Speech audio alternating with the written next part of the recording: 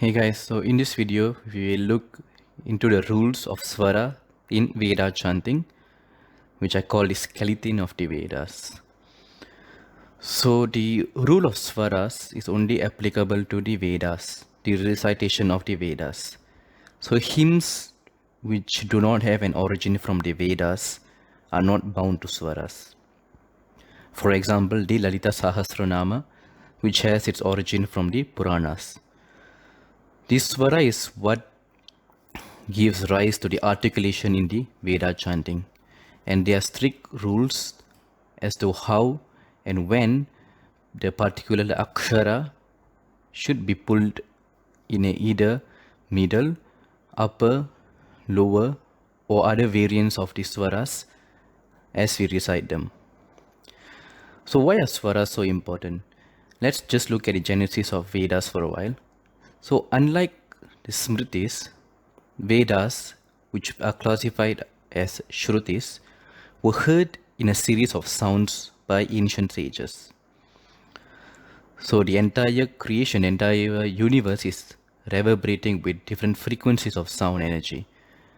So these sounds were heard by sages who were in meditation, and they received these sounds in three pitches, three levels, which is what exactly the swaras represent.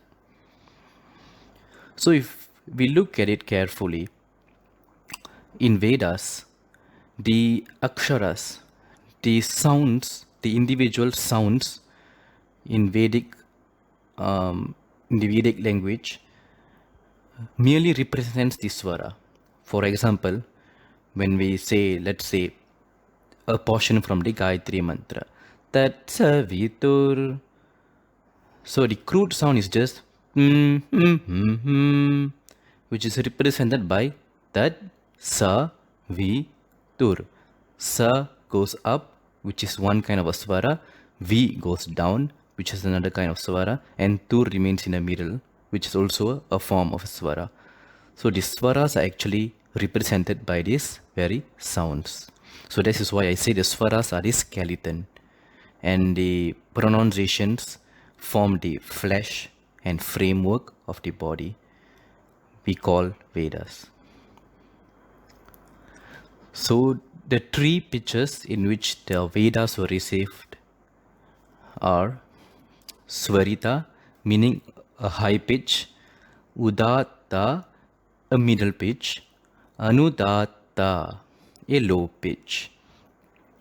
So all other varieties of swaras actually emerge from these three basic swaras, including the sapta swaras in musics, or the 11 swaras we see in Sama Veda, which is done in a sing-song fashion. So let's just look at all the swaras as to how they are represented. See, the vertical line above a syllable like this indicates a higher pitch, indicates a svarita. So when we recite this, we say Sabhumim Vishvato. Right? So you see the way it raises. Sabhumim Vishvato. So as we are chanting it in a normal pace, we suddenly go at a high pitch. Right? Of course, I'm exaggerating it just to show its effect. So that is the svarita, indicated by a vertical line above a syllable. Right? Be it in the Devanagari or the IAST Roman. Now a lower pitch, the anudaattaa, is indicated by a horizontal line below the alphabet, a horizontal line below the alphabet. So let's just look at how it forms the recitation. Sabhumim vishvato vritva, vishvato vritva. Vish goes down, vrit goes down. Vishvato. and the one that we have seen and in va, sa, bhoom is all the middle pitch. Right? So the middle pitch is the basic pitch in which you start a recitation usually. Let's say you start the Om before any Veda chanting. When you do the Om, the pitch, the base pitch in which you start the Om is seen as the middle pitch. And then you just push it higher and lower according to the flow. So the middle pitch governs the higher and lower svaras. Now do not get confused when you see a horizontal line above the syllable. This just indicates a dirgha, an elongation. Like this is pronounced as vritva instead of vritva. So the va, the elongation of the va is represented by a horizontal line above. The svara is actually represented by a horizontal line below the syllable. Right, here again, let's just see. Atyatishtat dashangulam. So now there's a variety in svarita that you should know. So we call it the double accent. So we see it being represented by two vertical lines above the alphabet. So this is how we do it. Yoma agne, Yoma agne, na na. That is the double accent. Take note that some, in their pace of recitation, tend to wrongly represent or recite that syllable in a dirgha svarita as Yoma agne. Know that it is not just a wave or just a pull upwards. You first do it in a middle pitch and then bring it to a higher pitch. Na na Yoma agne ma a. The ma and a which you pull further should be in equal duration. Yoma agne. Right? So do not, when you say, in case if you're saying Yoma agne will be wrong, or Yoma agne will be wrong. It should be equal. Yoma agne. Right? So that is the dirgha svarita.